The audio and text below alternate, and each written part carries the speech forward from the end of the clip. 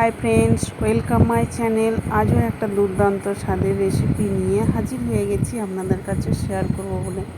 তো দেখুন, এখানে মা একটা হাঁসকে পরিষ্কারভাবে কেটে নিচ্ছে। দেখুন, কেটে নিয়ে এরপর জল দিয়ে ধুয়ে নিচ্ছে। এরপর কড়াইতে তেল দিয়ে দিচ্ছি। দেখুন, তেল গরম হলে কেটে রাখা আলু দিয়ে দিলাম। এখানে 4টে মিডিয়াম সাইজের আলু নিয়েছি। লবণ দিয়ে দিলাম, হলুদ দিয়ে দিলাম। তো এরপর এই আলুগুলোকে লাল লাল করে ভেজে দেখুন তুলে নিয়েছি।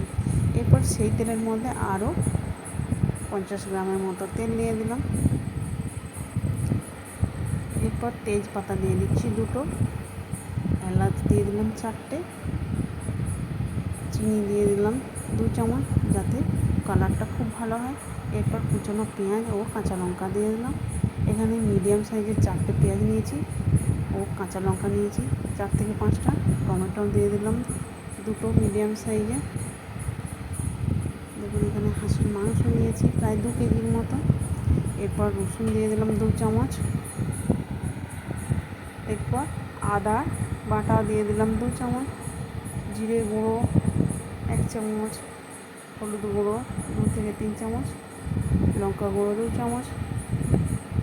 সব উপকরণ ভালোভাবে কষিয়ে নেবে। এরপর কালারের জন্য দিয়ে দিলাম কাশ্মীরি রেড চিলি। এরপর মাংসটা এর মধ্যে তুলে দিলাম। তো আমার চ্যানেলে যারা নতুন আছেন, একটা সাবস্ক্রাইব করে পাশে থাকা বেল আইকনটি প্রেস করে অন করে রাখুন, তাহলে আমার নতুন নতুন রেসিপি ছাড়ার সাথে সাথে সবার আগে আপনার কাছে পৌঁছে যাবে।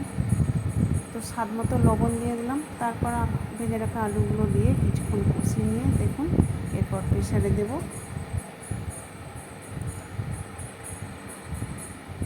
তো প্রেসারে দিয়ে দিচ্ছি দেখুন। এরপর কিছুটা পরিমাণ জল গরম করে এর মধ্যে দিয়ে দেবো। তো যে যেমন ঝোল খেতে চাইবে সেই রকম পরিমাণ জলটা দেবেন।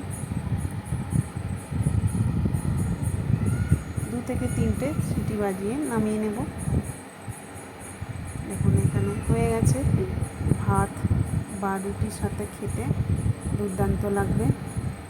ভিডিওটা শেষ পর্যন্ত দেখার জন্য অসংখ্য ধন্যবাদ রইল।